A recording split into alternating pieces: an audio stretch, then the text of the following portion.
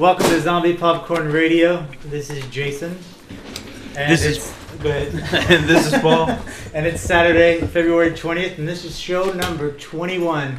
Can you believe it or not? It's crazy. And tonight we have a very, very, very special show. Can I swing around this way a little bit? We have two great guests. One in studio, I guess that's what you could call this. Yeah. In dining room. And one on the phone with us. But today, on the phone, we have a friend, activist, and talented actor. I can't even talk.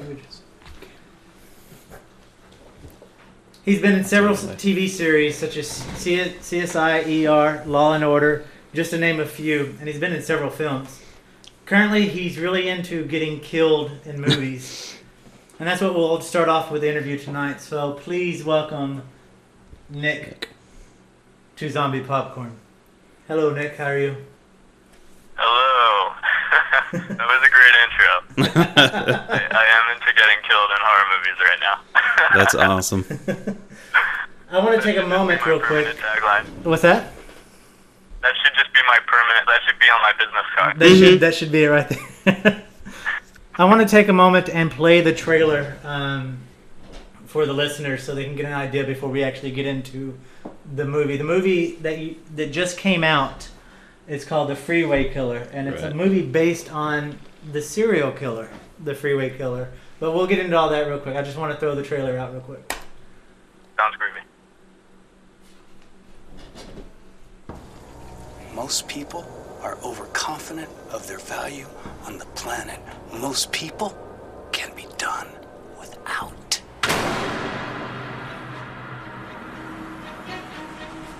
Yeah.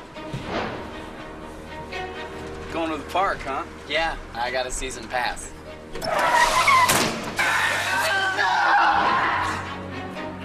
We can be a community, and then we can think whatever the hell we want.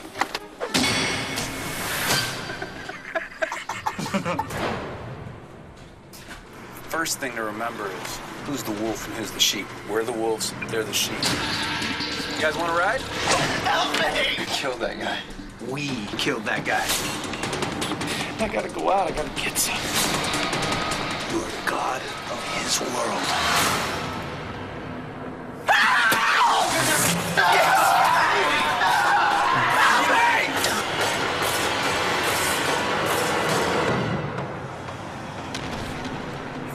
I'm being watched by police right now. You're gonna die, Billy boy.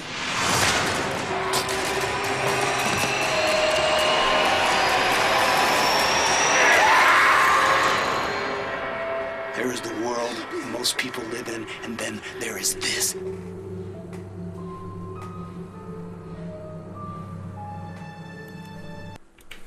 Well, that was the trailer for The Freeway Killer. So why don't you tell us a little bit about this movie? Alright, the film is basically a biopic.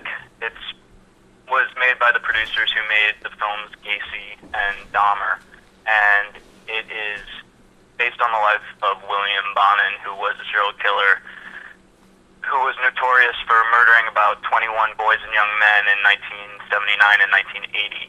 He actually probably murdered more than that, but the actual number is still unknown. He was convicted and executed in 1996, and he was the first man to be sentenced to death via lethal injection in the state of California. So that's what's really unique about his story, but he was just a really tormented and disturbed man who wreaked havoc on California. So in this film, And in the film you're killed by this guy. I am. What role do you play? I play Steven, who is based on one of the kids who was murdered. He is just a naive hitchhiker. Bonin was known to pick up hitchhikers or hustlers or homeless, just vagabond kids by the highway and preyed on their innocence. They were all very young. The age range of the kids was like 12 to 19, wow. And he he would overpower them and take their lives. It's a very disturbing story. That is even more disturbing because it's a true one. But yeah, it's a pretty violent and gnarly film, and it was intense to make for sure. Well, how'd you get involved with it? I mean, were you into horror movies or? I was into horror movies a lot when I was a kid, mainly because I wanted to rebel against my parents who didn't want me to watch them and get those, those images in my psyche. But as a young kid, I remember when I was like, I don't know, maybe 13, I had to see The Exorcist. Or I don't even know what year it was, but I was very young. I remember they re-released The Exorcist in the theaters, and I'd probably snuck a viewing of it before that, but I was so excited by that film. I love that film. I think Ellen Burstyn was brilliant, and obviously Linda Blair rocked. Yeah. And I love that she's a fellow vegan. And I loved horror movies. I loved Scream and all those new ones that came out. When I was a teen, I kind of was obsessed with those. I definitely had posters all over my bedroom of just like anything that Wes Craven's made. It was there. And I hadn't watched horror films in a while since college. I don't know why, and I'm getting more into them now after I've shot 2 films that are in the horror genre. But I just got involved with this. I had an audition and went through several auditions and interviews, and actually read for many different parts in the film, and ended up playing Steven. But I read for about 3 other parts as well. Mm-hmm. And yeah, it was a long process, but it was my first horror film to make. Was it awkward since it was your first horror film and based on a true story? I mean, these events actually happened.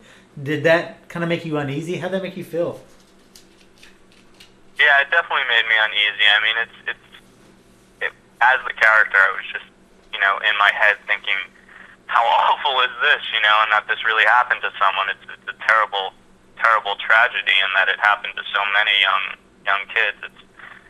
It definitely gives you a different perspective, and I definitely left the film and left set. I remember feeling a great appreciation for life and the fragility of life. I know it might sound silly because it's not like a war epic or anything like that, but it definitely put me more in touch with how nothing is guaranteed, and how life can be short and life can be hard, and it definitely enlightened me in a way to be in a horror film.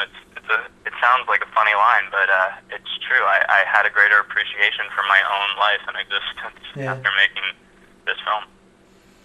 Did it kind of give you inspiration though to actually give these innocent boys, their chance to, I guess kind of reach out to people and let them to be, because this, I guess what I'm going at is this serial killer is what stopped people from hitchhiking across America.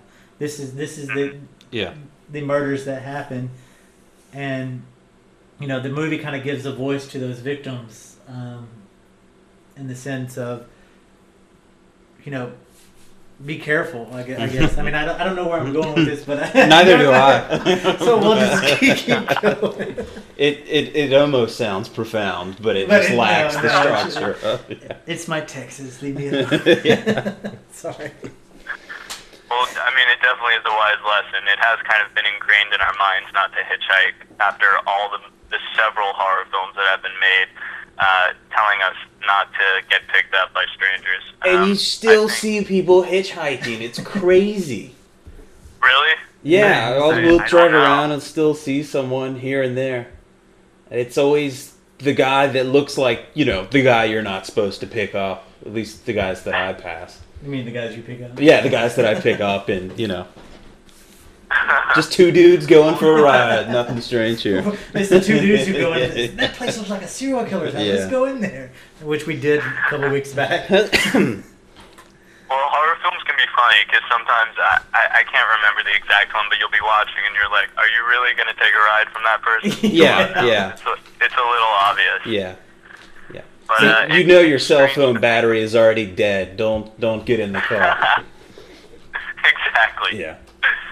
It's strange strange to think how much more innocent, you know, America was, or kids were back then, you know, back just in a few the 70s years and ago, the yeah. 80s, and now it just seems like we're just inundated with violence and crime, so people are just very, very aware.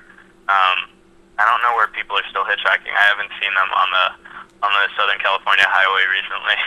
I see it mostly if I go down to, like, into the Carolinas or something like that. Yeah. Well, it seems a little safer there for some reason. I don't know. No, I wouldn't pick them up. No. We were talking earlier in the week, and you said that after watching the movie, it felt really creepy. So kind of explain what the viewer should expect when they see this movie. Well, there's definitely a strange vibe. It's an odd film, I would say. I think that I have a friend, Dusty, who plays Vernon Butts, who was one of the accomplices of William Bonin, and he's just super brilliant. He's really creepy in this part, and you definitely see that all these characters, all the accomplices, and William Bonin himself are just very, very lost souls who are trying to find a way to belong or to own their own destiny or to feel power. So the story centers around that sort of lost, disturbed, psychological individual. It's you should definitely expect to be disturbed. Then the violent scenes are really brutal. I was even shocked when I saw it. I didn't expect them to look so real.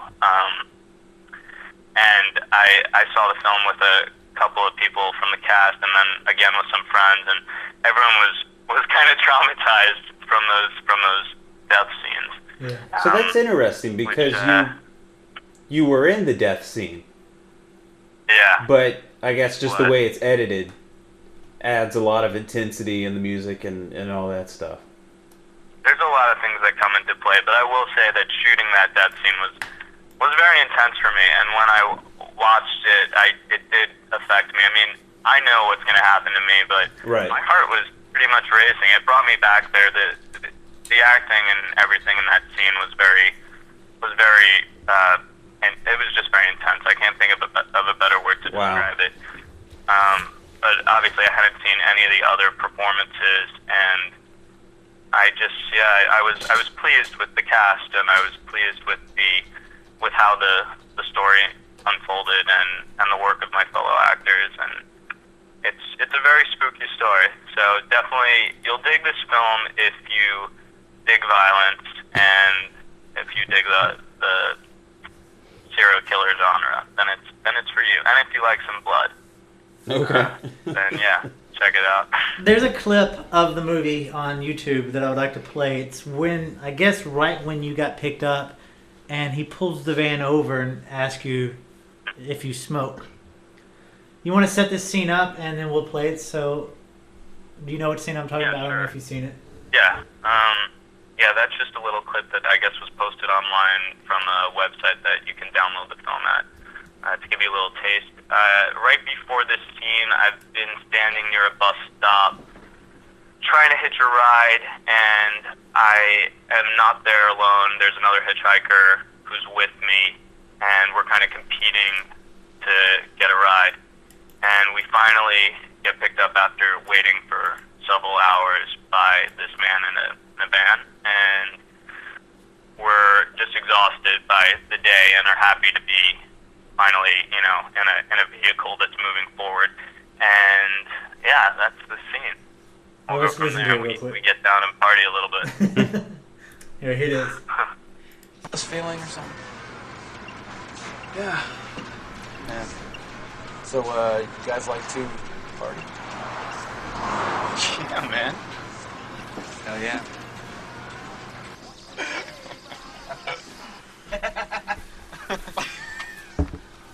Look at that.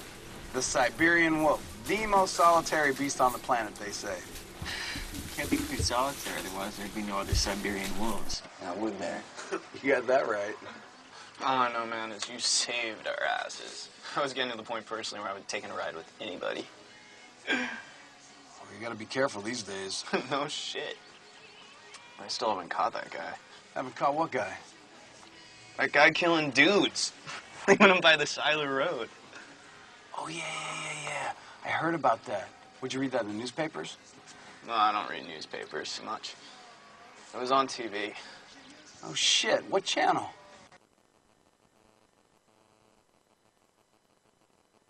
This feeling or something? Yeah.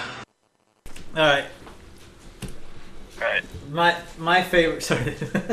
My favorite part of that scene is at the end when you're talking to him about the killer, and you obviously don't know that you're sitting there talking to him, and he's like, "What, did you see it in the paper?" And you're like, "No, I saw it on TV." He's like, "What channel?" He got really excited about it. Yeah, he was stoked. He was getting recognition at that point. And of course they cut that scene right before, about a second later, where I get brutally attacked. So you'll definitely want to check it out if you want to see the action part. That's us being chill. I definitely want to see it. It's out on DVD now. You can buy it pretty much anywhere and on Amazon. If you can't find it, you can always find the link of it on Zombie Popcorn. Speaking of horror movies, you're in one that's in production right now, though, right? Called Kill Katie Malone. That's correct. Yeah, that's a film that is in post right now. It's starring Dean Cain and this guy Stephen Coletti, who's an actor on One Tree Hill, and he was on an MTV show called The Hills. And also Nick Hogan, Hulk Hogan's son, has a role in it, along with a slew of other young, up-and-coming talent. And it's a cool flick. It's directed by a guy named Carlos Ramos Jr., who's it's his first feature, and he's from the television world up until now. And it's about a group of college students who buy this box in an online auction that supposedly holds a ghost of a Irish peasant girl who is pretty pissed off and vengeful. And after they buy this box that they think is just this joke online, and it's not real, you can't purchase a ghost online, obviously, they learn a lesson. So, yeah, it was a really fun film to make, and we shot at a high school far away from where I live, and it was a lot of fun. I don't get murdered in this one, which was weight off my shoulders. I just got to play a kind of pissed off college student who has a chip on his shoulder, and it was a blast. It was a blast. I'm happy. I'm just as happy to not get murdered as I am to get murdered. Nice. I don't know. I think I would lean for the murder role. Did Nick Hogan refer to his arms as pythons, like his father, or? No, it's not in my presence. No, okay. And Dean Cain didn't keep talking about the Ripley's archives.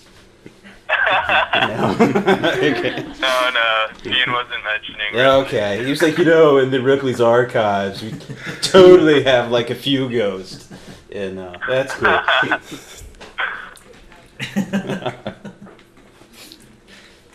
It's the only thing I watch. He's a good guy. He's very good. What's that? He's a good guy. Yeah. And I used to watch that show all the time. It's because it's always on Chiller. Like when I get home, my wife is always playing it, and I'm like, "Oh, it's Dean Cain," and I just sit down and watch it. So yeah, sadly, that was the first thing that came to my mind. Like, I wonder if he's ever been through the Ripley Vault, and I should probably ask questions about the guy we're interviewing. Not but I had to get it out. Yeah, that's all right. So he may have the answer. Yeah. So when are we supposed to expect to see this movie? Kill Katie Malone. I'm not exactly sure what the release date is. I know that it will be this year.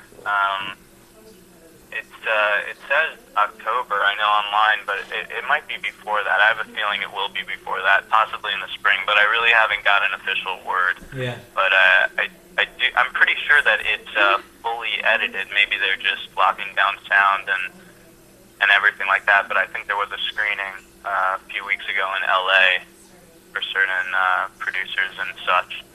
So hopefully in the not too distant future. Well, keep us posted about it. And as soon as we get a release date, we'll throw it up on the site. I will definitely. Thank you. That's awesome. That's the only horror films you've done so far this year, right?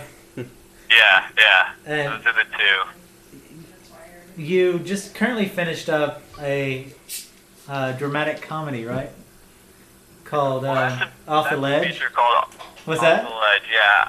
that feature came out in December on DVD. It was released on December 22nd, and it's a film that centers the storyline centers around a New Year's Eve party in a Hollywood Hills home, and it's all about it's a ensemble dramedy, and it's about these eccentric New Year's Eve party guests, and they all appear very happy and ready to ring in the new year, but there's a lot of pain underneath, and it explores those characters and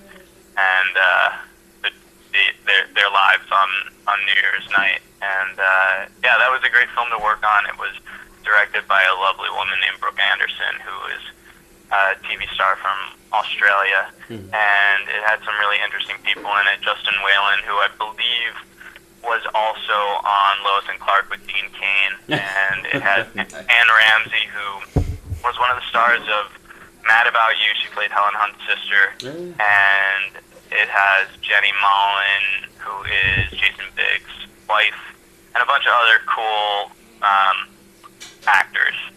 And that was really fun to do. I played an MTV New Year's host, and I'm on the television during the party. I'm basically what they're watching, and the character was described as Ryan Seacrest, so I really had to channel, because I'm the furthest thing from Ryan Seacrest. Right. So it was very challenging but rewarding, because I got to be really slick and metrosexual and really upbeat, which was something different for me.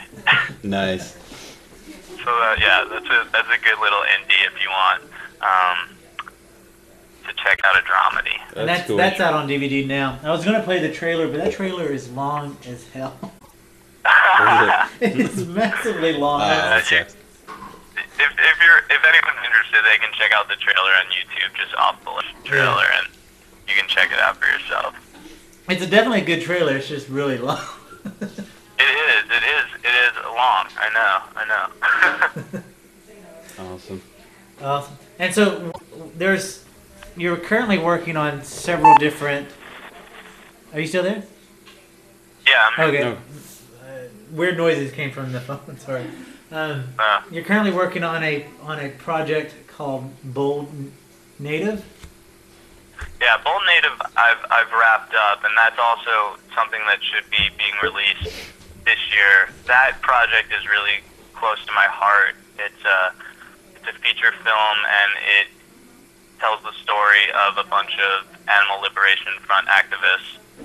And what's really exciting and cool about that project is the majority of the cast and crew, I'm not sure if everyone is, but I know the majority, if not everyone, was vegan and in the animal rights scene. It's really awesome. I learned about the film in its early stages through my friend Rory Friedman, who wrote the amazing books, the Skinny Bitch and Skinny Bastard series, and she had found out about the project and got me in touch with the producer and the director is Dennis Hennelly, and the producers are Mary Pat Bentel and Casey Suchin, and they're all awesome activists who are really passionate, and they decided they wanted to make a film about the ALF, and so Dennis wrote it, and they created it, and it's really awesome. It's got some wonderful people, and I guess one of the more well-known actors in it is Joshua Leonard, who was one of the stars of the Blair Witch Project. Okay, yeah. And it also has this actor, Randolph Mantooth, who's a soap opera actor that's been around for a long time, and a bunch of other really cool vegan actors that, even if I didn't work with them, I'm looking forward to meeting them at the premiere or something, because it's just like an awesome group of people, and I was just so blown away to be a part of a project that was depicting this story and bringing it to the mainstream, and also that the entire cast and crew consisted of vegan activists. It kind of was crazy. That is pretty cool. I'm going to back up a little bit just in case some of the listeners don't know what the ALF is. The ALF is the Animal Liberation Front. They are a group, not necessarily a group, but a cell group that goes into laboratories, goes into places where they torture and abuse animals, such as vivisection laboratories. Sometimes they do slaughterhouses, and they actually remove these animals from those facilities and give them, a better life, free from pain and suffering, which they go through in those laboratories. And so I take it, since this is a narrative documentary film, this is actually just going to have live footage of it and kind of telling the story, kind of like Behind the Mask, or it's an actual movie to the sense of these are all actors being the ALF telling the story. It's the cast consists of all actors. There actually are a couple members, a couple of animal rights activists who weren't actors that are in the film, such as Peter Young, who experienced who went to prison for certain acts, and he's in the film as well. It's a narrative film. I believe there is undercover footage in it. I'm not positive, but a lot of stuff was recreated. I know that there was a pig that Casey rescued, and that is a character in the film, and who was brought to a sanctuary following the wrapping of the movie. And yeah. Very nice. Cool. It's about an animal liberator who's wanted for domestic terrorism, and he has a father who's a CEO who's trying to get to him before the FBI gets to him. So it's kind of a thriller. So there's a lot of action involved. There's some action involved for sure. There's a lot of liberating animals from labs, and there's a lot of punk rock, and there's some music in it, and I think he's in a band in the film, and so there should be some music, some punk rock, some liberation, some really beautiful animals, and it should inspire people to, treat animals as equals and to have a respect for all living creatures. That's my hope for the film, and from what I hear from advanced screenings that people have attended, I have not yet seen the film myself, but what I hear is that it's made a bunch of people go vegetarian and vegan already. They've been really moved, and they found it very evocative, and the story touched them to make that shift in their life and to make the connection, and that's why I'm so stoked about this film, because I really feel like it has a huge potential to change people's outlook and to help us, make the connection and be more sensitive to all living creatures. Yeah, and that's definitely something you take to heart, because even on your bio on IMDb, it talks about how you are heavily involved with environmental and animal rights issues, and that you are vegan. So this film definitely probably you take it to heart. Definitely. I mean, the veganism and being an animal rights activist has always been the most important thing in my life. It's a huge part of my identity and who I am and how I meet the world. And that's how we met. Exactly. That's how we met at a concert for, I believe, 30 Seconds to Mars in New York at Roseland, where we were doing outreach for PETA and PETA 2. It's that's my mission in life, is to show people the truths about slaughterhouses and animal exploitation, and that's what I want to do every day, is to bring about awareness. So I'm passionate as an actor. I love acting. It's my career, but I want to do it in a way so that I can even bring more attention to certain animal rights issues. And that's my point for everything, is to bring about awareness regarding animals. I think you do a very good job of it. Thank you. I guess another way, through your voice, you also reach out to people through your writing, because you write for an environmental animal rights blog called The Discerning Brute, right? Yes, The Discerning Brute. That is a blog that was created and founded by Joshua Katcher, who's this awesome kind of jack of all trades dude that lives in New York City.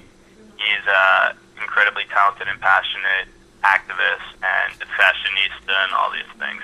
And he basically through mutual friends, I believe through Rory Friedman, got in touch with me and asked me to become a contributor on his site, which has really blown up since he began it. And I was really honored and happy to join his Discerning Brute family. It's a great site that promotes vegan, eco-green companies and events, and a lot of it has to do with how to be an ethical man, because there's so much that's geared towards women in terms of veganism, and there really wasn't anything online that was focused on men and how men could be still considered, fashionable and smart and strong and be vegan and caring and compassionate towards all living creatures.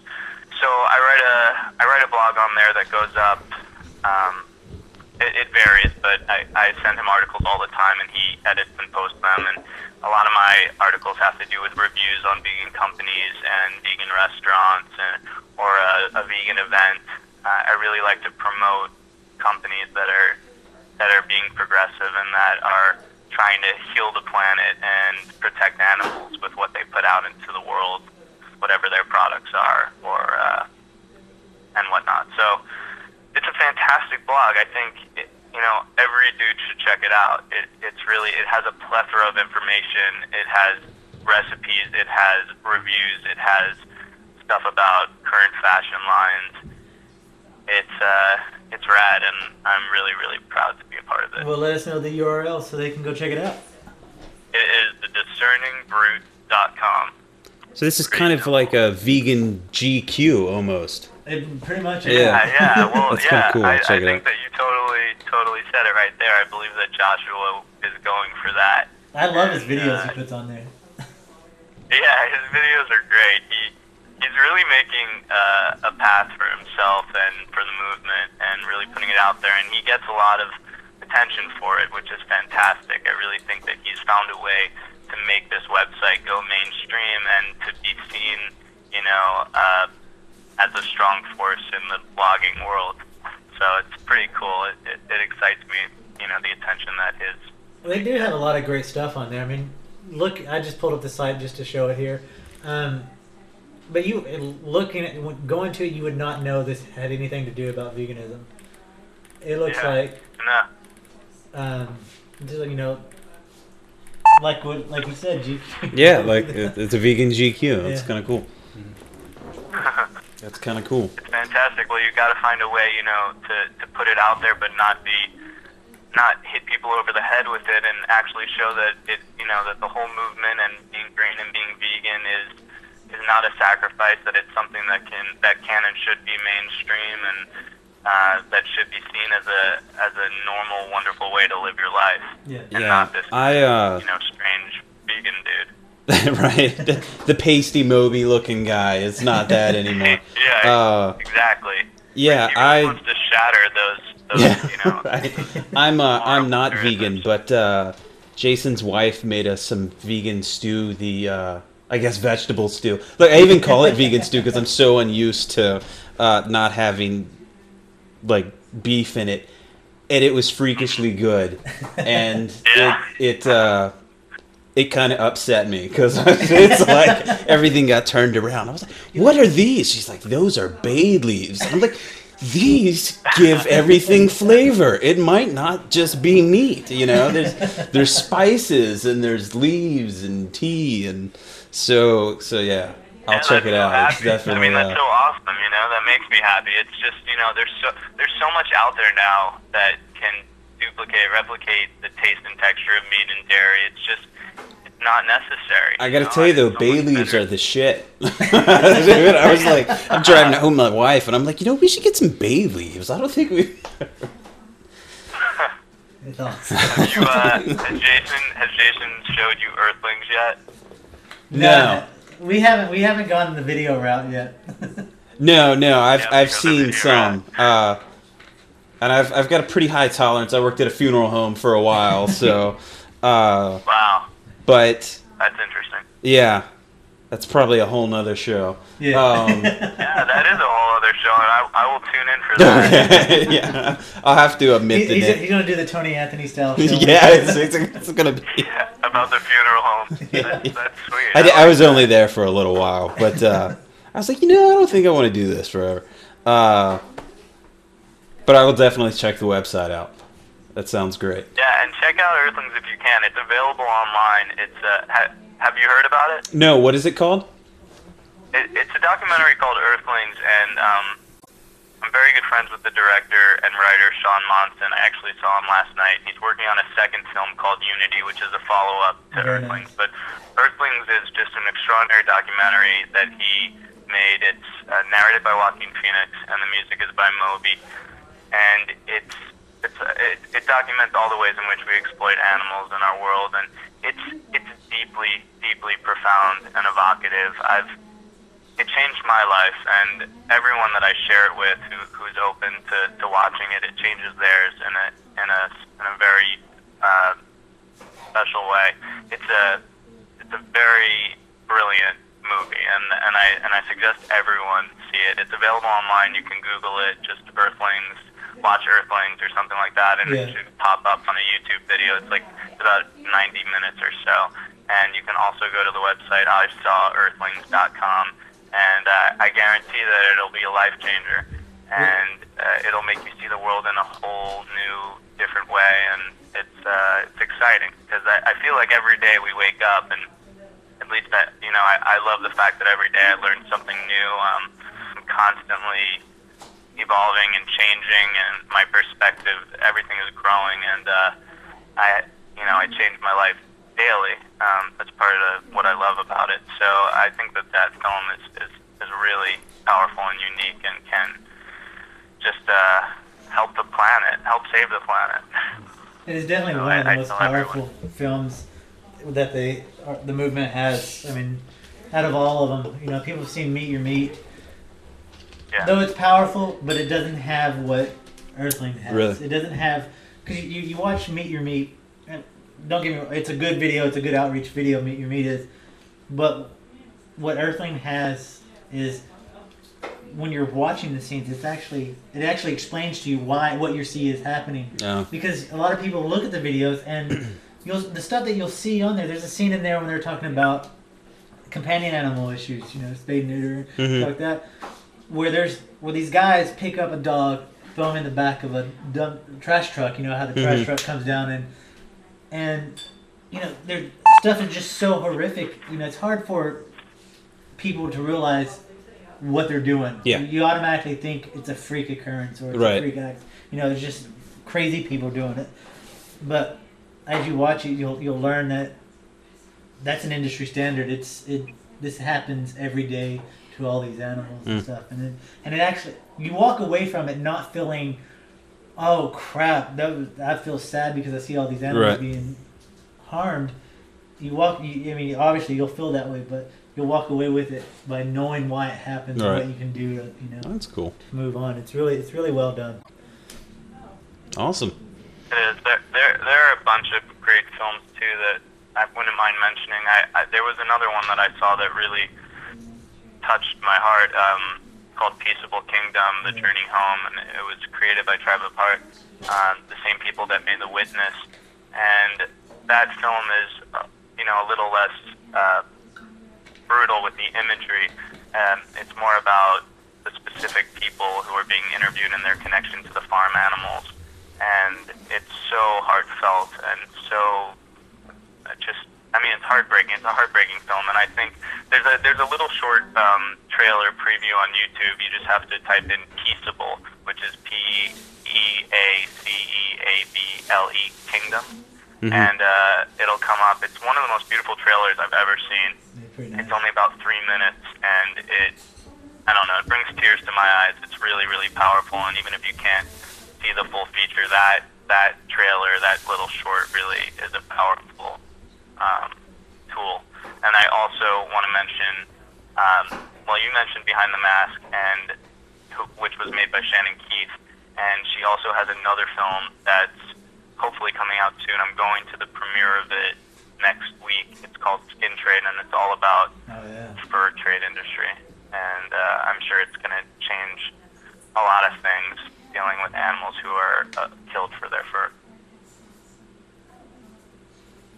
Awesome. Cool. I went on a little vegan tirade there. We're vegan. Anybody who knows a vegan knows that we do that. Yeah. we get sidetracked. You just take a few breaths and let just take a few breaths and go, all right, we set our piece. And also, I was referring to me. You got to check out Skinny Bitch and Skinny Bastard by Roy Friedman, because they're awesome books. They're super funny, insightful, smart. Like, you know, I know a lot about veganism, being vegan for the last 8 years and raised vegetarian, but I learned so much more by reading her books, and they're written in such a smart, sassy, like. Do they come together in a pack? In there, so it's really entertaining. Saw it the other day. And those books are exceptional. So I would also suggest anyone who's, even if you are vegan, check them out. And if you're not vegan, definitely check them out, because they'll give you a lot of awesome info, and it's a great read to boot.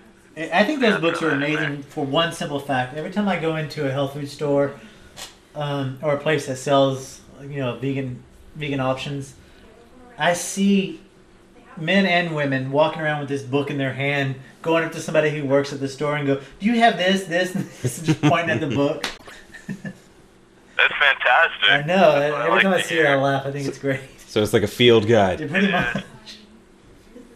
It's fun. That totally makes my day. I love that those books have become so popular, and knowing Rory, she's just the best person in the world. So yeah. I hope that everyone reads her books. I was at an event in New York City. It was a signing of Karen Don's book, and yeah, I finally met her. I talked to her through emails a lot, but I actually finally met her in person. She's a really nice woman. But yeah, and that book definitely reached a lot of people, so it's very cool.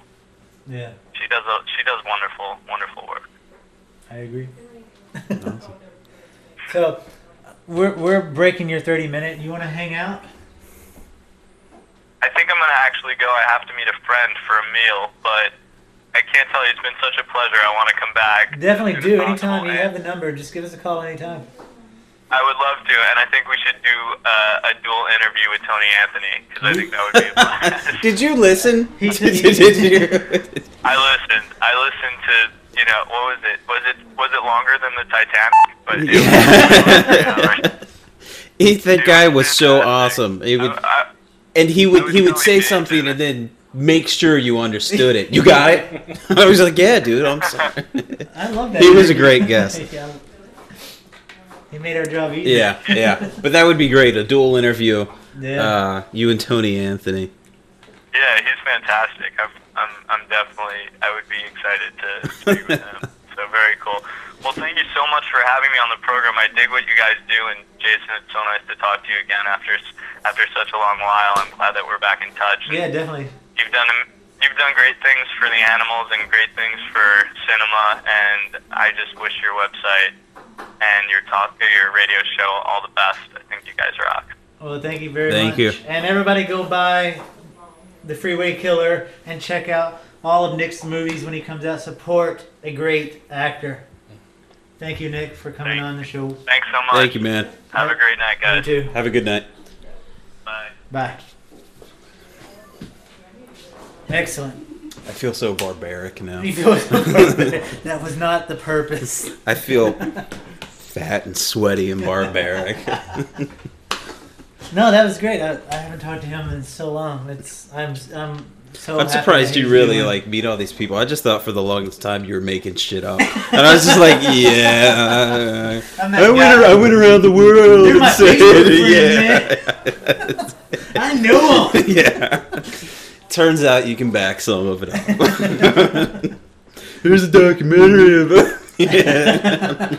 Anyway, speaking of people you know, why don't you give the intro to our next segment? We have Doi. I thought you were full of shit. Yeah. I was like, no, really, I know this Filipino guy that's like 6 feet tall. You're like, nuh-uh. And I'm like, no, it really happens.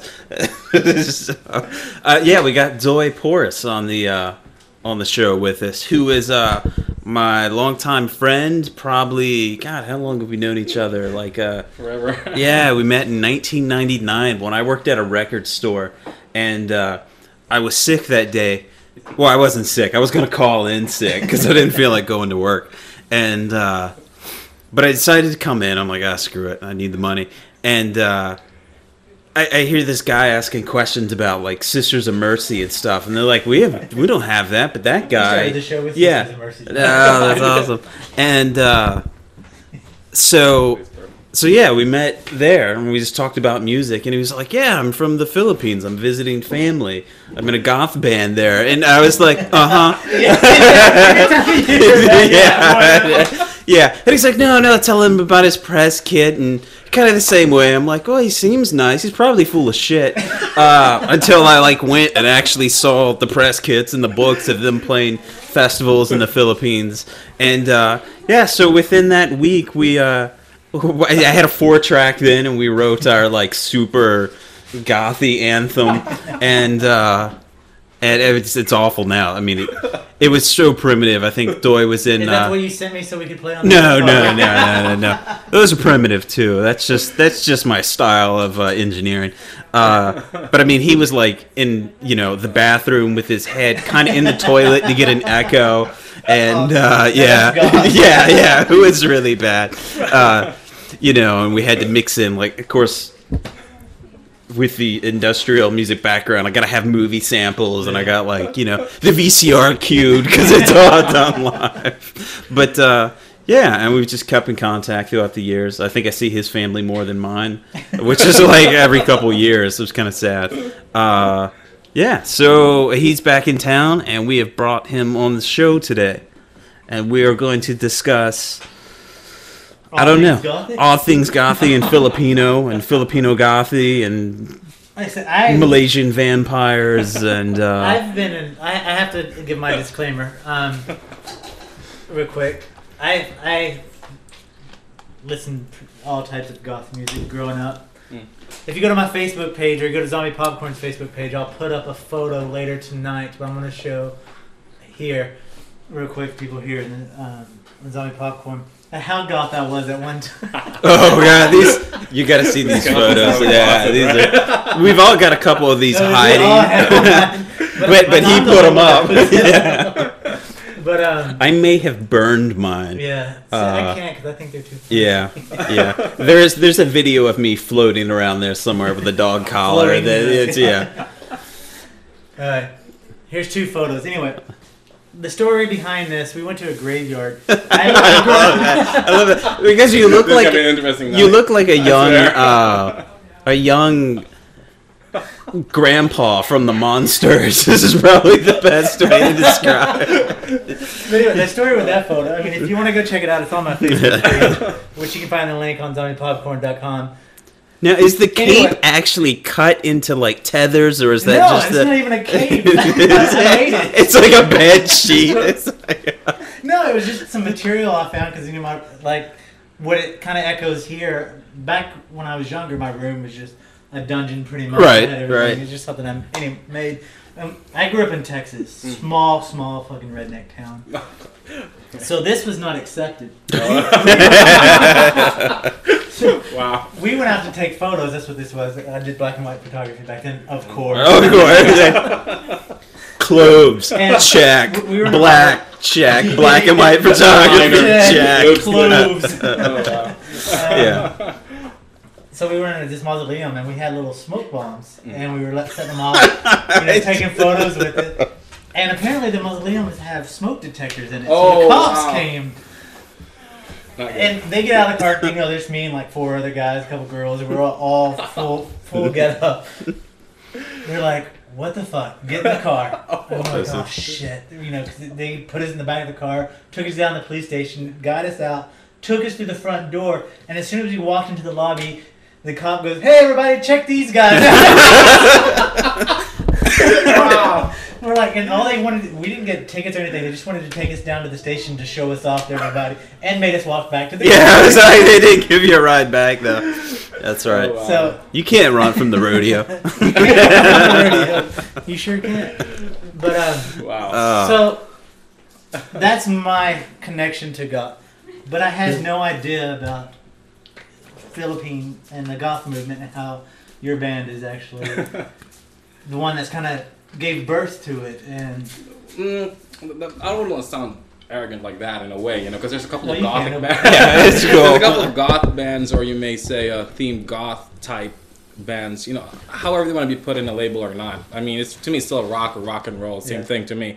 But of course, you know, you have to describe in a way what, where, or what, or what kind of sound you are. Like, it's sad to sound like a pigeonholing in a way, but I think we would say like we were probably fortunate to be like one of the first bands that came out that had the kind of sound because of our influences, being 80s post-punk and the gothic rock style bands that came out of that came out earlier in the mid 80s, or you know, early, or even probably early 80s, late 90s of that time. And in the Philippines, they have a great love for new wave or 80s music. It's got a profound effect there because of some underground radio stations like XB102. There was this underground radio station there that was like really underground because it was under the Marcos regime at that time. I'm not so sure if you're familiar with that. Oh, Marcos, yeah. Yeah, I won't say anything because it's politics. Right, I won't go there, you know yeah. what I'm saying? So I still got to get back to the Philippines now. That's right. And maybe probably next year. Yeah, she'll make a pair of shoes out of you. Yeah. But yeah, they played a lot of punk, punk from Europe and the U.S. and it had a great effect. That's on my understanding. And you had your new wavers, and you had your punks and whatnot, and some goths and stuff. And to this day, the 80s and new wave music type of music is really big down there. People take it to heart, big time. You could, like, you know, you're mentioning Aha the other day, right? Yeah. And they're huge down there. So. People seem to take all styles of music in the Philippines to heart. I mean, no offense to the Philippines, it's just the stories I've heard. those people are just... Yeah. Wow. Third Reich Paul over here. Oh, Josh is no longer here. Yeah, that's right. He's got someone's got to carry the torch. Well, see, I went out with Doi last night. Me and Jan went out with his family, and we went to a little place here that was a Filipino restaurant, bar. I think a club is pretty generous, but we'll say it had four walls. Yeah, and they were like, dude, we're going karaoke. And I'm like, really? And he's like, yeah, you've never been? It's like, not really. He's like, you sure? And I'm like, yeah. White people don't do that. I don't know what to say. Yeah. Never been in this life. But so we went, and the night wasn't that eventful. We ate some really good pancit and lumpia and all that good stuff. But a couple of people sang some karaoke songs. But I was told that the one song they bring out this book, you know, and it's like all these songs. They got everything in there. They had "Boys Don't Cry" by The Cure in there. I was totally surprised. I would love to see you. Yeah. I would say I'm sorry. Yeah. And a Black Sabbath. Yeah. It's a crazy selection, like right next to Ace of Base. You know, it's just such a weird thing. And then I'm not seeing you sing that one. Yeah, The Sign. Oh man, that one's great. So then Doi tells me, bro, whatever you do, don't sing my way. And he's kind of looking around, right? And I'm like, his sister started dating this guy that's from Jersey, this Italian guy. And I'm like, oh, is he like really into Sinatra? You know, I don't want to offend him. Yeah. He's a well-dressed man, you know, he looks pretty down. I'm like, man, maybe this guy really digs Sinatra.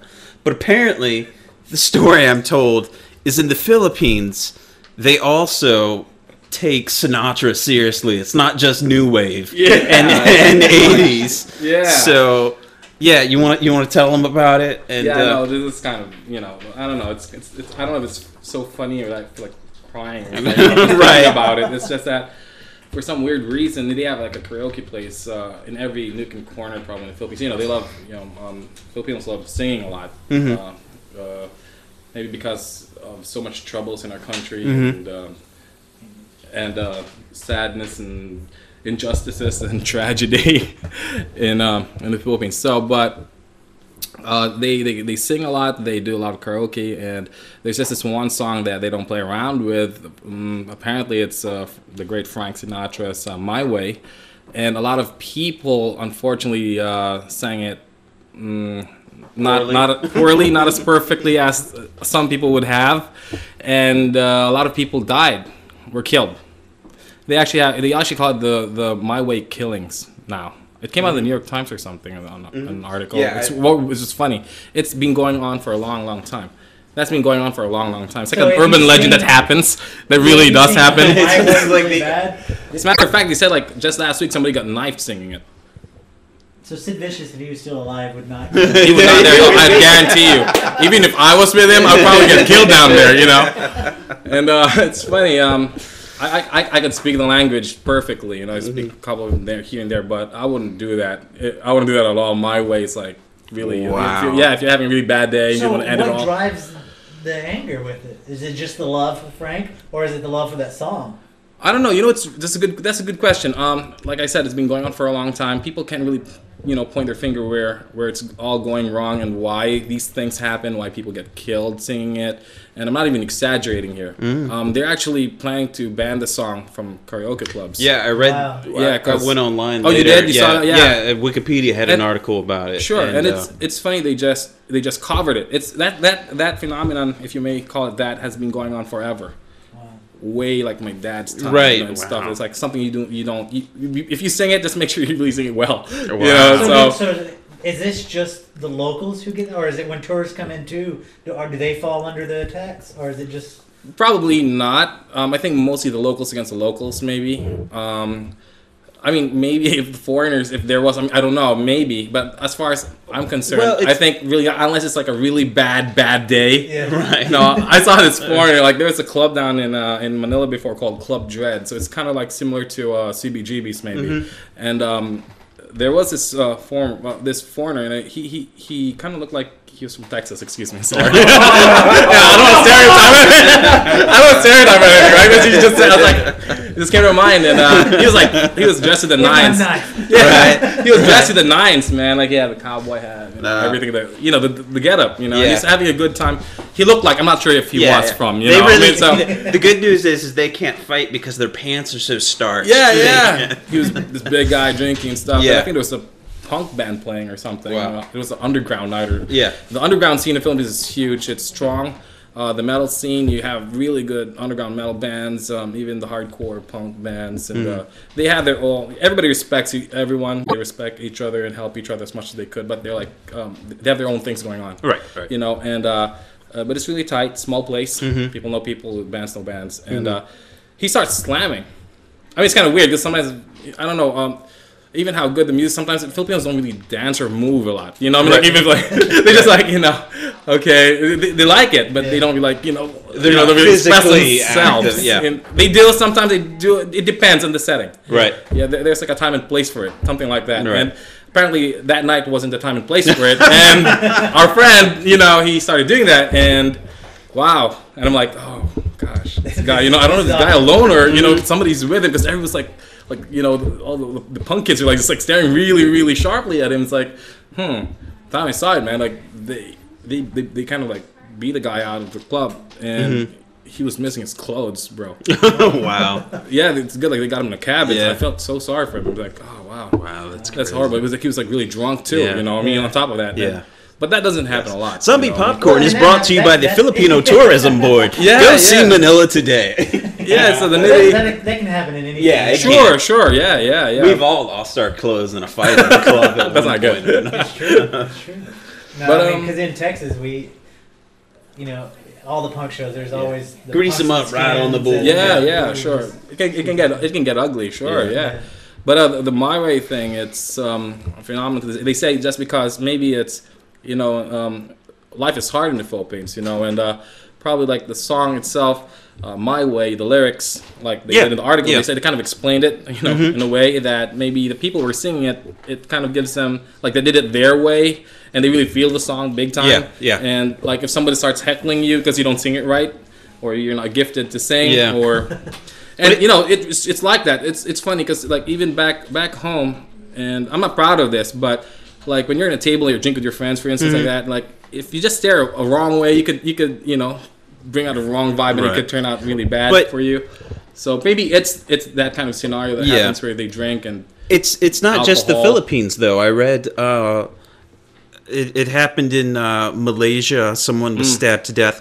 And it happened, no one was killed, but a lady apparently punched a guy in Seattle because she didn't like his cover of Yellow by Coldplay. Oh, wow. And now when you're fighting over a Coldplay song, that's like really bad. Yeah, that guy's like super like sensitive, Yeah. If you're like, you fucked up Coldplay. And she stormed and hit the guy.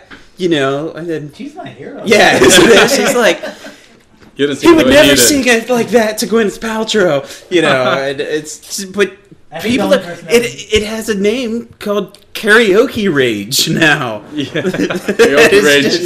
Insane. But you see those guys, like at least they get punched. But this one, if you start singing wrongly in the Philippines, like My Way, you can get shot, killed, stabbed. It's not. Yeah. So I couldn't show him anything, So we were like playing, finishing the whole night, trying to strum and find the same right chord by ear. It was just horrible. But yeah, we do have a new song also in Tagalog, and it this time hopefully it'll have that 80s kind of feel, more of a heavier type of feel, a bit faster maybe, right, Paul? Depending on how we're gonna approach that song. But yeah, it's gonna be interesting. I wished I got you to hear it last night. That's okay. We'll keep going. We'll make it as soon as I get off my ass and stop being so lazy. All right, that's it. Show's over. They were asking about your name and the name of your band and stuff. So if you want to get a website plug and I mean we said it earlier, but all right. I'm Doi and I play for the gothic rock band Dominion. We're from the Philippines, but Paul's of course our brother, and he's with us, and he's not from there. It helps a lot. Yeah. And you can check us out at www.domination.com. And thank you so much, Zombie Popcorn. Yep. Yes, thank you so much for having us, and we hope to see you guys soon and have lively conversations again. Yeah. Yeah. Oh, we're not over. No, we're not over yet? No, okay, I'm sorry. No. I'm in a hurry, right? The kimchi, I told you. She's like, we're all trying to think kimchi. Yeah. I'm trying to become vegan, actually. You guys were talking about it. It's like, I want to do that. Now I failed so many times. Awesome. So should we play more tracks, or what do you want to do? That's up to you. Wow, the Red Bull isn't working. Oh. He wants to talk. Yeah, I'm thinking like... Yeah, why don't we, do you want to play How Far Is Heaven? Yeah, It's another one that we wrote. We got another song called How Far Is Heaven, and Paul helped me write it and co-wrote it with me, and I hope you enjoyed it. It's in the lines of like the Sisters of Mercy, so if you're into that kind of music. It's a little heavier. A little bit heavier, but yeah. But it does have some Filipino instrumentation in it. Yeah, we utilized the kulintang. The kulintang is a traditional Filipino Moro type of instrument, which has been around for centuries, way before the Spanish came to the Philippines. And it's mostly found in the southern Philippines. It's revered all over the country, of course. And Paul did use it in the song. It's kind of hidden in the track, but you will hear it in the end. Yeah, and I think in the bridge. But it's very similar to the Indonesian gamelan. Sure, it is. It's basically they're like picture giant xylophones made out of like iron or steel. I think kind it's of copper, bells or actually. copper. Okay, yeah, you're right. Yeah, actually, when you buy those in the southern Philippines and you get down there, they will actually hammer it in front of you. Wow. Yeah, and they'll they have all different sizes. Like they have Yeah. the large ones that hang, and then the flat panels of the metal ones. I can be wrong, but the kulintang is usually like from our ancestors. It's mostly very popular, especially with the Muslim people of the Philippines. They use that, and they got a bigger one.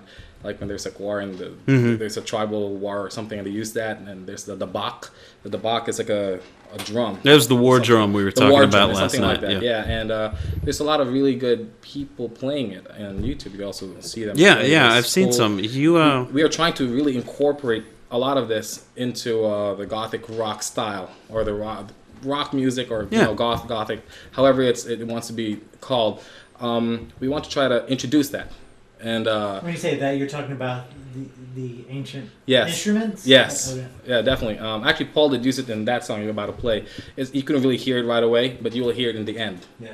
So it's just like nicely done. So that definitely is what separates your music from any other gothic or rock band out there, because it actually has elements of history ingrained in it. It has actually not just history of people, but you as an individual has you're kind of tied to the instrument, the culture. Yeah. I can't back it up, so I had to join a band with. I had to, I've got all these flutes and shit. I was like, damn, I need to join an Asian band because I cannot back this shit up. But to me, it's just some other white guy trying to find a who doesn't have. I don't know where the fuck I'm from. It's just. But he does. That's what I'm saying. Gives me street cred, goddammit. If we started a band, if we did a gothic band or whatever, we would say, the music instrument we're playing on, we got it from Guitar Center, the history of that. That's it. Yeah. Yeah, because you see, like in mostly in, like the rock music, maybe, in my understanding, my opinion, because I don't want to offend anybody, listening, and there's so many bands out there, and a lot of my friends and stuff. But if I was to like make music, create music, I think it would really be cool, to try to keep this traditional ancient instruments that people nowadays don't really give a lot of thought or promotion to it. They just want to sound like a certain band, sound the same, in a way.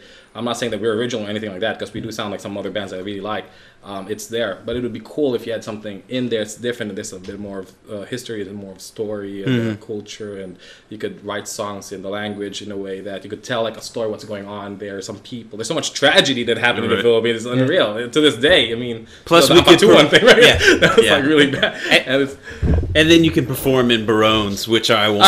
So we wear the traditional, malongs, like the skirts. If you guys who don't know, a barone is kind of like a. Well, actually, you might like it because it's like it's like a see-through mesh dress shirt. They're really crazy. If you've ever been to it, like probably might like the malong and the like the But we'll go ahead and play the track.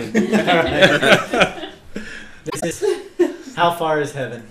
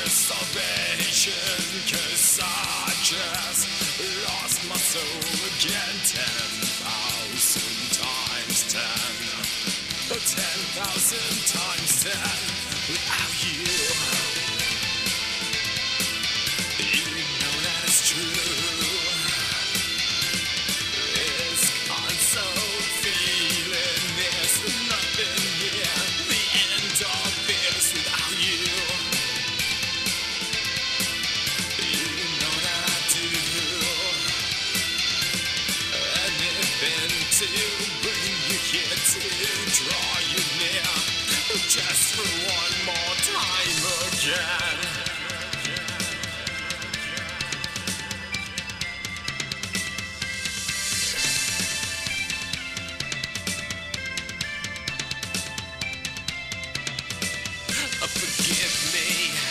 Forgive me, I defeat the least to exist.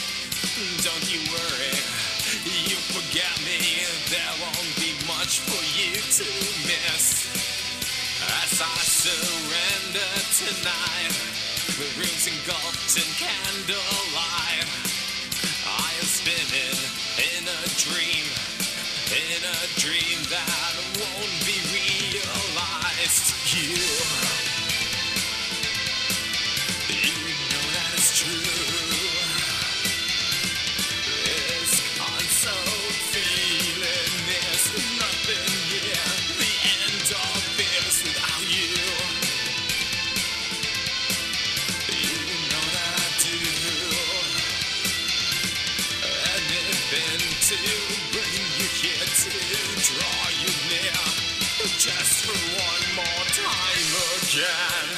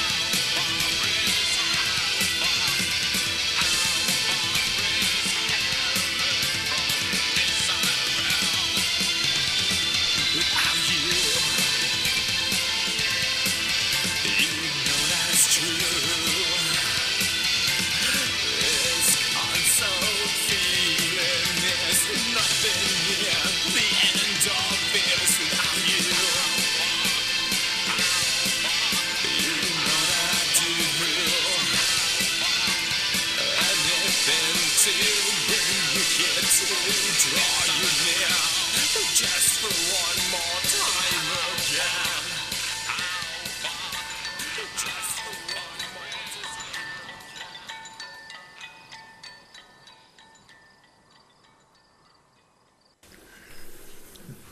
There it was. That was How Far Is Heaven.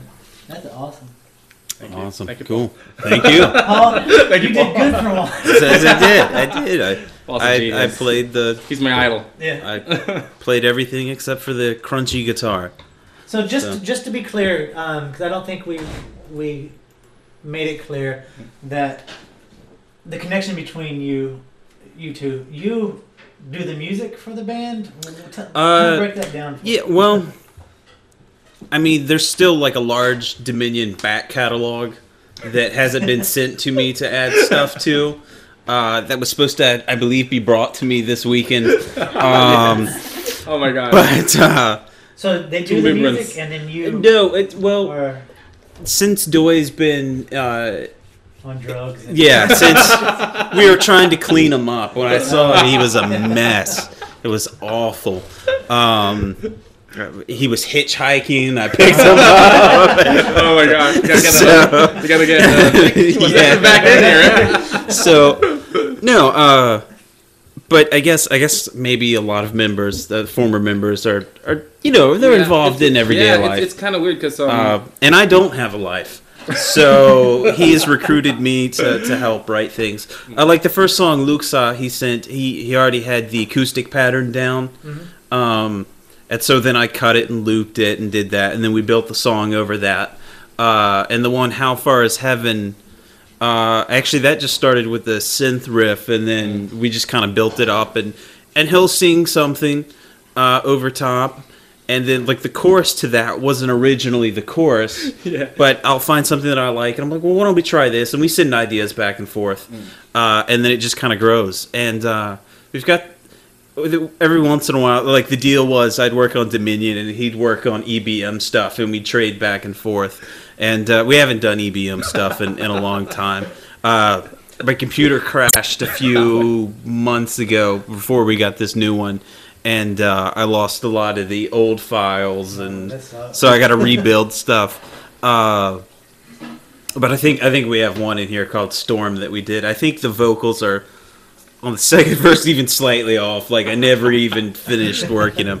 But clip. Yeah, I'm so unprofessional that I just don't care.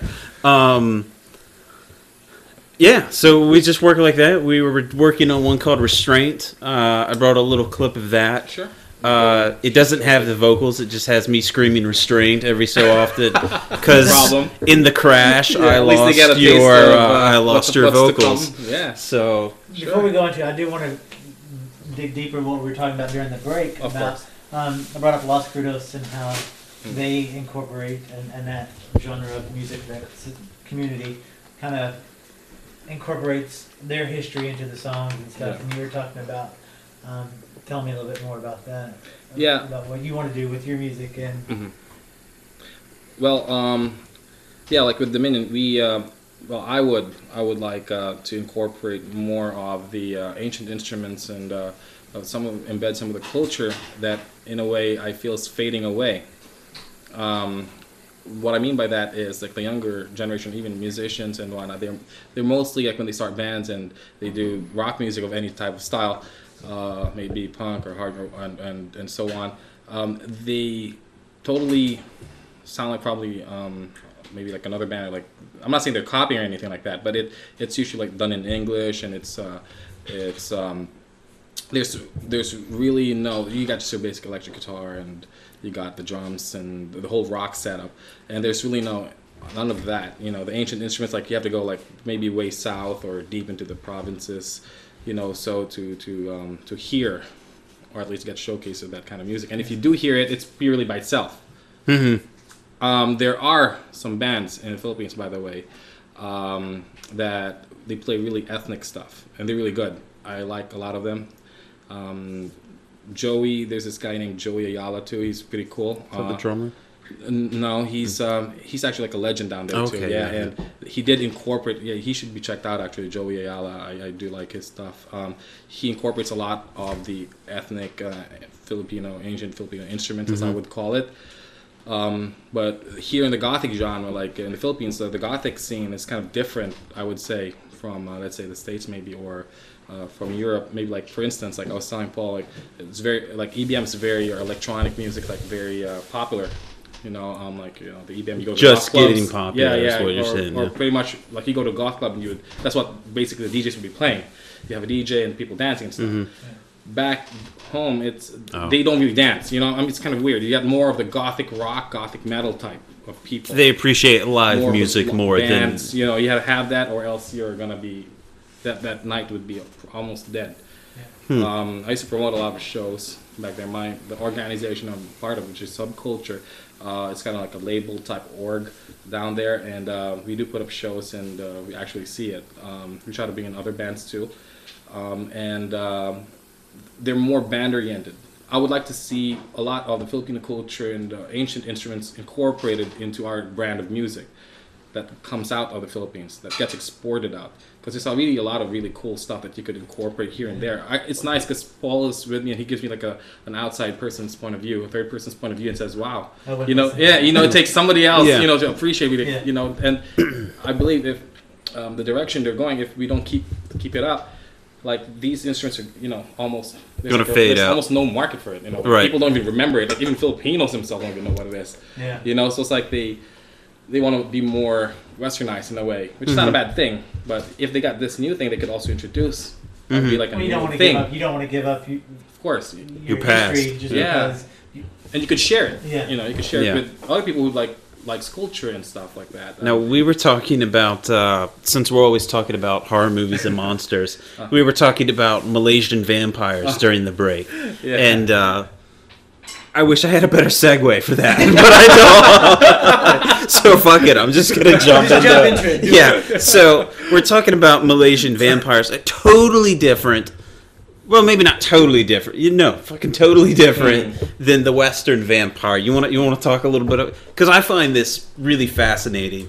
You always think that you picture Dracula, and I mean every culture has vampires of some sort. I think they go back to ancient Greece. There were stories of undead in the temples and stuff. Yeah, but if you want to talk about your culture's vampires, I think the listeners will find it interesting. Like the folklore and And we do have our share. I can tell you, you will not be disappointed. We have our own versions of that. And in the Philippines, you have the aswang, for instance. The aswang. Look, I'll tell you right off the bat right now, I'm not an expert on it. But since I grew up there, I've seen how people deal with these things. Even my parents, they deal with it a certain way. Like my mom this morning, she was telling me, well, if you come across an aswang when you're in the Philippines, I mean, and we're just talking, that's like in the breakfast table. Right. We're like, if you come across an aswang, and she's, it's serious. It's a serious conversation, right? It's not like, there's vampires hiding in the closet or anything like that, you know. But she goes, if you do, come across an aswang, because your grandfathers did fight them and whatnot, and they're really scared of the kris. The kris basically is like the wavy Malay type sword that I believe Malaysia, Indonesia, and the Philippines share. The vampire is scared of it. The aswangs. Aswang. Sure, you could call them like vampires maybe. But okay, they're not like your typical. They're not your typical vampires with fangs, I guess. They're like people that shape shift or believe that they do. Yeah, something like that. Like they put coconut oil, they said. This is what old people say. They do put coconut oil, they said, and like noontime, be careful between 12 to 3 because that's like where they're kind of strong. Noontime and like in the evenings. What they would like to do is they like women who are pregnant. Because, and I'll tell you why. Because in the Philippines, the traditional house, like the nipa huts, I don't know, they're like huts. It's like made of some like straw or like rice reeds. And what they would do at night is like the aswang would climb up. Like the aswang, I don't know if it's his mind or how people view it or how they understand it, but the way I understand it, it's like they're like shapeshifters.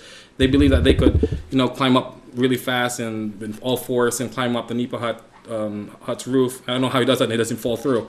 But, he goes up there and he's got a really long tongue. Right? It's like a like for instance, like a butterfly. Jan was sleeping, right? And like she was pregnant and the aswangs were up there, like they would like just stand there and like throw in their tongue and just hit the stomach it's like a needle type of tongue and suck out the baby and so on. And in the Philippines there's blade culture. Well, basically blade culture is everybody there carries a blade. To this day even the farmers carry blades in broad daylight.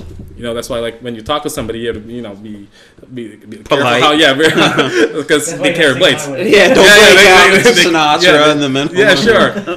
And they use that against like the aswangs, the bolos, and my mom said, the kris would be the best weapon to fight the aswangs. The aswangs are so scared of it. But yeah, you know what? That is amazing. She told my wife, you know what? This bread knife, it would work. You could cut him up, sure, but not like the kris. The kris, it has to be like made of copper, I think. She asked me, was it copper or bronze, Doi? It's funny you even asked me that about the Kulintangs. Wow. And that's exactly what she said. Well, you should get the kris, and I did have a kris. I did have a couple of krises. You could buy them in the street if you really wanted to. Yeah. I mean, it's like the wavy type of sword. It's a double-edged sword. It looks like a snake, like a flame. And it's the sort of like the Malay people. The Indonesians, the Filipinos, and the Malaysians. We all share the same, almost same culture and the same weapons and stuff. And we believe that it's got like a mystical power of some sort. It's interesting that you bring up the curved blade because, we've talked about that before, but never that that's a good weapon against them. But Jan and I were watching, just before we came over, a program, like a travel program on China. And they have a lot of bridges over there that are crisscross and wavy. Okay. And the thought behind it is that spirits don't like curves and that they travel in straight lines.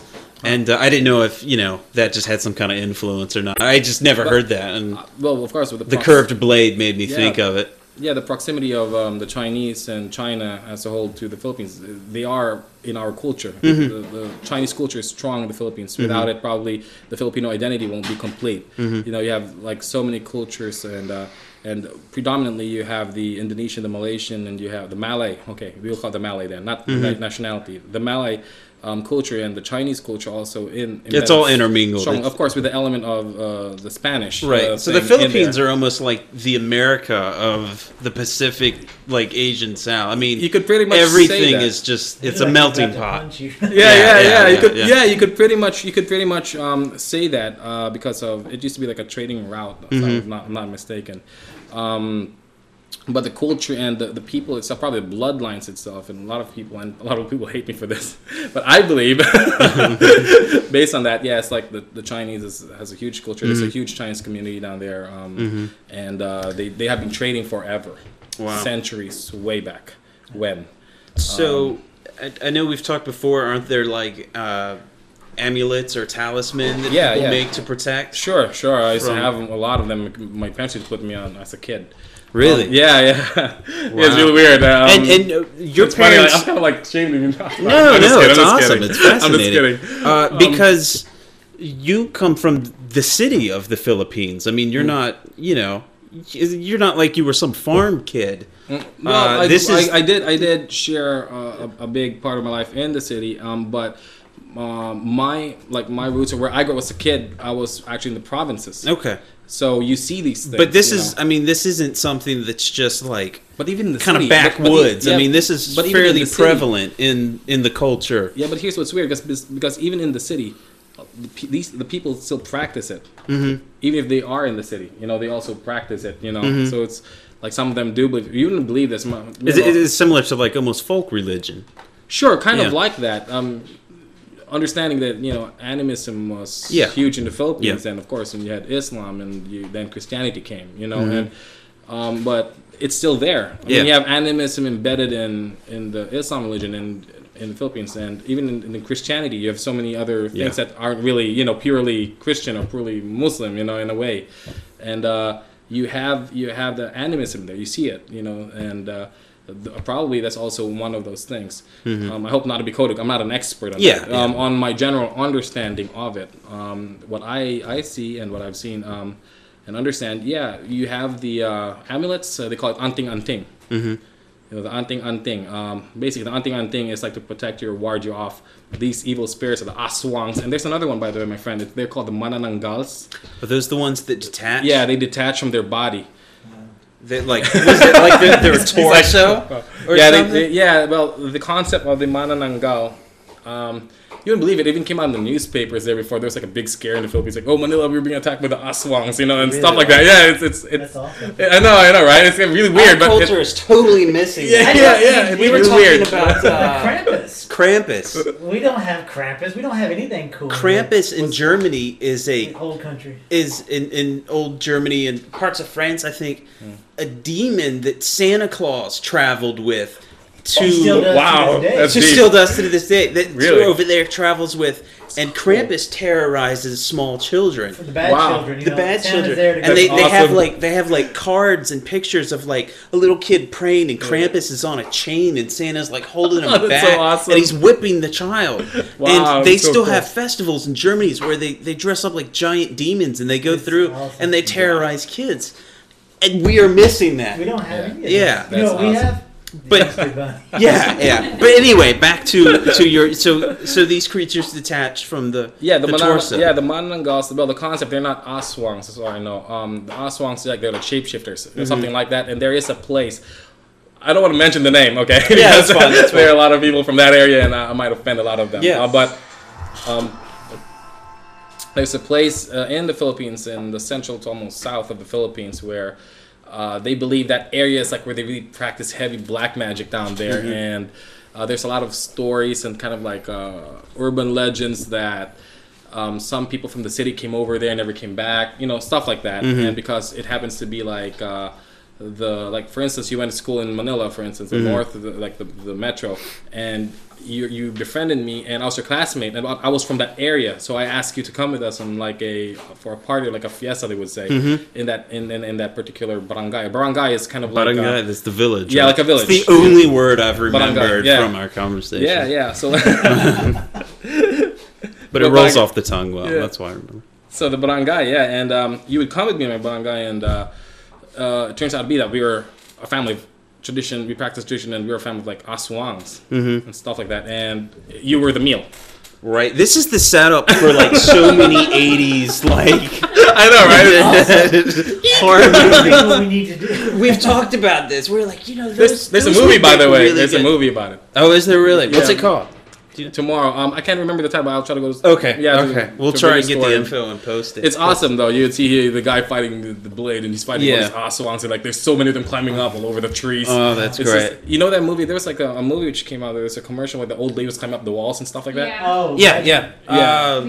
Legion. Yeah. Something like that, right? Legion. Not really like that. Maybe something like that. Right. But they kind of act like that. Yeah, they kind of act like that. And the Mananangals on the other end, like they detach from their bodies, and they have like bat wings and stuff, and they fly off, and they leave their bodies there. With they leave like their feet there. Sure, right? They leave their feet and their innards in there, and usually they're like really pretty ladies, beautiful ladies. They're like really beautiful and stuff, and like men like fall in love with them and stuff, and almost like sirens, something like that. Sure, they act in a way something like that, and they do detach. The Mananangals, they detach, and they have like this big bat wings, and they do detach at night. They probably put something in their body, like some salve or something like that, and the way to fight them is because they're really strong and stuff. And in the province, the way to fight they put salt on her lower end, you know, on her left behind. Behind. You know, so they put salt on the innards so she can come back and go back to her body in the morning.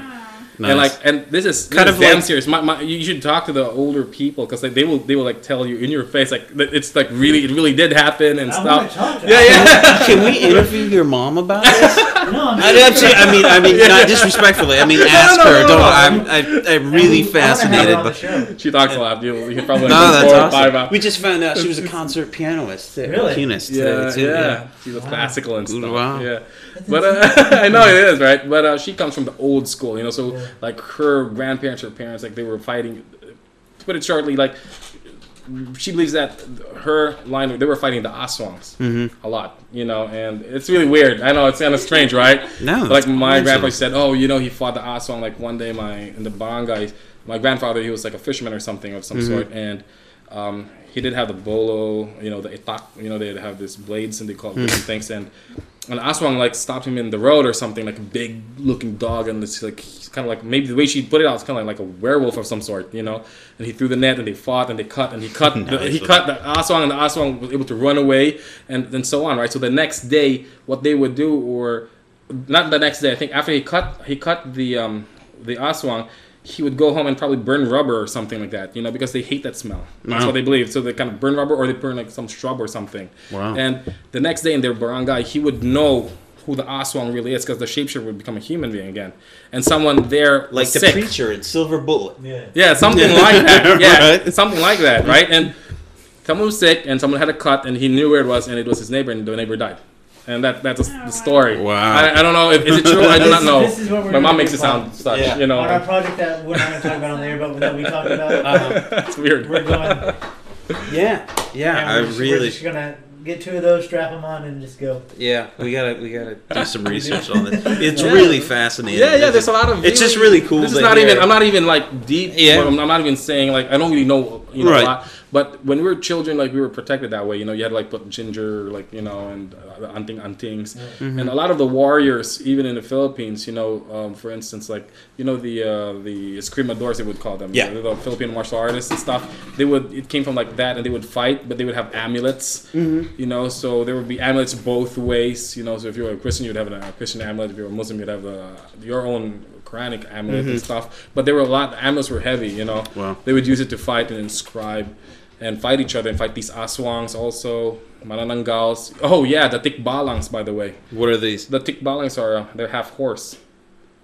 Almost like a centaur? Which part is horse? The bottom or the top? I think it's the top. Oh wow, that's creepy. Yeah, I think it's the top.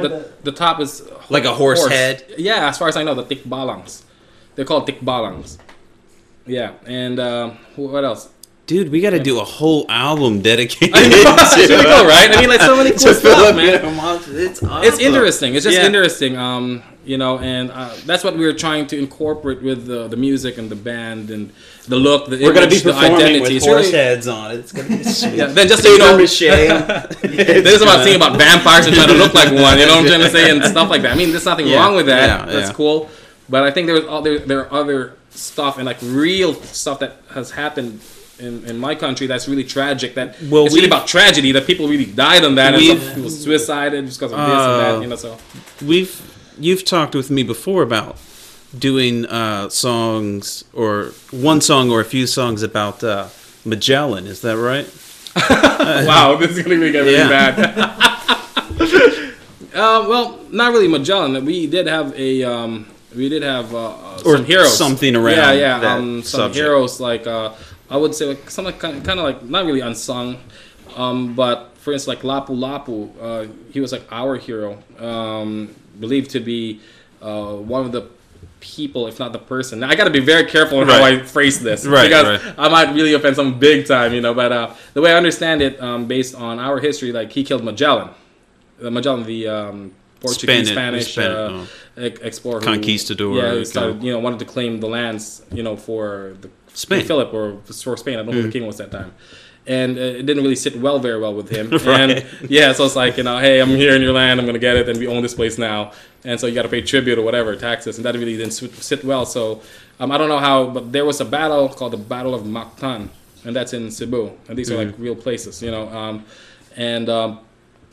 Well, they were fighting, and eventually, I don't know how it really turned out, what the real stories were. Some stories say that Magellan, that Lapu-Lapu killed, you know, Magellan with a sword and beheaded him, and so on and so forth. The other said with an arrow and whatnot, and I'm not so sure. I'm less hazy. Anyway, the point is he was dead within 3 days. Right. You know, he stepped in there 3 days, he never got back. Right. Magellan was dead. But they did, you know, bury him nicely and stuff. But Lapu-Lapu, they don't really exactly know what happened to him. Like, where did he die? Where did he go? You know, and so he's almost like a, maybe not a Robin Hood, but a something. King Arthur, almost like a I mean, he's a real person. Hero. He's a real person, but like, where is he? I mean, what really happened? But he's kind of shrouded in mystery. Exactly. And here's another one. We had other heroes like Raja Sulaiman. They're like from the Sultanates of I think Brunei or something, or Borneo. You know, and or Brunei. I'm not so sure, but he fought the Spanish too, and like he fought so hard. There was actually real battles, but they didn't really know exactly what really happened to him. You know, so it's like really weird, and they don't know where he's buried. They don't really exactly know what really happened or where did he go. Really weird. It's all these nice stuff in history that would be great. You know, great themes and topics, and probably, you know, something to cover and sing about. And I think that would be fun.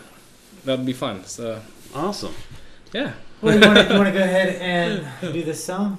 Yeah. Which one do you want to do? Restraint or Storm? Well, Restraint is. You want to just do them back to back? Well, we have less than 5 minutes. Oh, then Restraint is the way to go. It's only like a minute. It's just a demo clip we can of. Do both of them going a little bit over. Storm is one of the EBM dancey things. Oh yeah, it's like a remix. It's more like a remix thing. Yeah. And then the other one, Restraint, is one of the things from the next album. All right. Well, here's Restraint from upcoming album. Yeah, no vocals in that one, so yeah. No vocals, just a bit of a taster. Yeah, it's a little clip. All right, here it is, Restraint.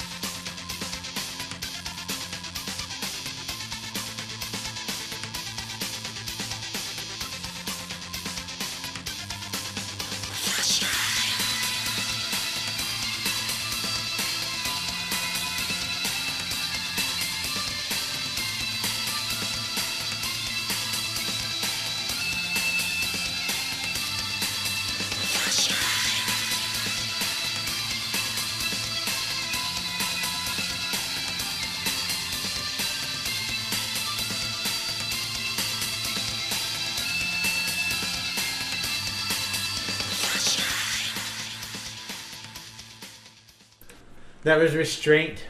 Woo! That was awesome. But totally instrument. That's going to be on the new album. Yeah, we're still on the works. We're still And you still we're still put lyrics to it. Yeah. Awesome. It'll So when is be the new nice, I album? hope. When do you expect to have the new album come out? Oh wow, that's a good question. Who knows? When was the last one supposed to come? Me and Paul, we have like the best way of working. I swear. Like we usually just hang out. We promise each other we're going to do some music and whatnot, but we just end up hanging out and just really talk about stuff. That's what we ended. Yeah, it's a lot of fun, and then we feel like we've got like 6 or How many 7 projects do you have? unfinished. Video. He sends me music. We go out and films, and then I was like, all right, I'll put it together. And then all of a sudden a 3D camera arrives. Thank you, Jeff. And 20 shows later, here we are. It's surreal. But what about the song that we recorded when we first met? The first time we I sent you the instrumental version just the other day. Oh yeah. Yeah, and someone was going to work on it on Monday, but then their site went down. Because they went down and hadn't changed servers. But too Paul many always fires. Yeah.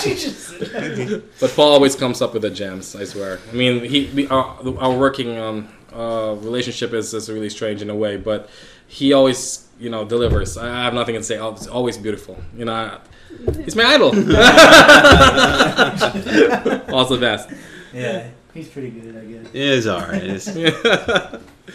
Smart ass is on it, bro. Smart ass. And he started doing the first song we did. He was telling me about earlier. It was done in a 4-track task cam. I was with myself like, wow, this guy's really good. I was like, you want to do a song? Okay. All right. And I don't have a mic. Yeah, Jan likes it. The interesting thing about that song is I had never written a song until then. You want to write a song? It was just like industrial experiments in the 10th grade, So.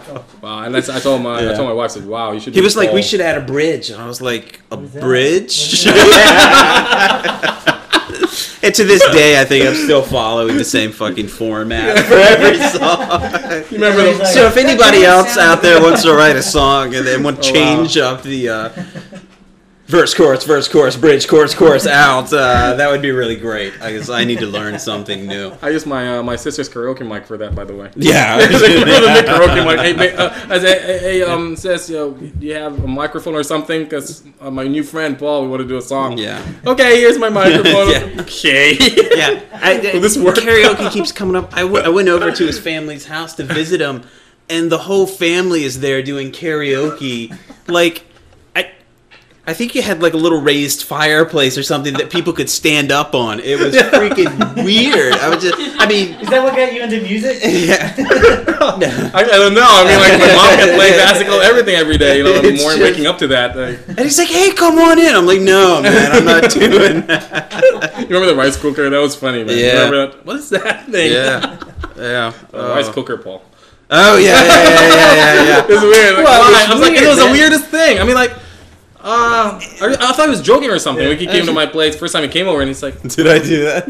Your face like, "Oh, what's that?" It's a rice cooker. Dude, we had rice at my house like maybe once every month, and it was like Minute Maid fluffy rice. It wasn't, like in a bowl, sticky. People had rice. Yeah, I told Jen, I was like, dude, they got a machine that just makes it. She was like, nuh-uh. And I said, yeah, he had breakfast in front of me, and he had rice for breakfast with bacon. And this is when you were eating bacon still. And I was, nuh-uh, for breakfast? I was like, yeah, they do it. Right, yeah. That was strange. It was so strange for me when you were asking that what it was. I actually told my wife about it. I said, oh, yeah, Paul, he came and he was asking what this equipment was. That's so weird. I was so sure it was being funny or something. Right. Huh. It's like someone coming to America and asking what a fucking TV is. It's like what? Yeah. Wow, I really crack up. I only know bread. So. They have bread machines too. Yeah, I know. I can spot a bread machine from a mile away. You don't want to see Miley's rice maker. I've seen her rice maker. Tofu as well. Yeah. Make tofu in it. That's nice. Nice. Yep. But it is now 9:00. Yes. Please give the name of your band, your website, and plug that one more time before we log off of the show. So everybody can go check it out, buy your music, do whatever they have to do. All right, I'm Doi, and I'm from the Filipino gothic rock band again, Dominion. Thank you so much for having us, Zombie Popcorn. And you guys could visit us over at www.dominiondomination.com. Thanks so much, and I really appreciate being here. Thank you for the promotion and the help, the support. You guys are wonderful. I hope to see you guys and talk to you guys again soon. Definitely. Awesome. Thanks for coming on the show. And if you missed the website, it is on the blog post on zombiepopcorn.com. There is a link on there. Just grab that. Definitely support these guys. Thank you. Thanks for listening to Zombie Popcorn. Because we're Popcorn. poor. And thank you, Nik, for the interview earlier. Definitely, Nik. Thank you.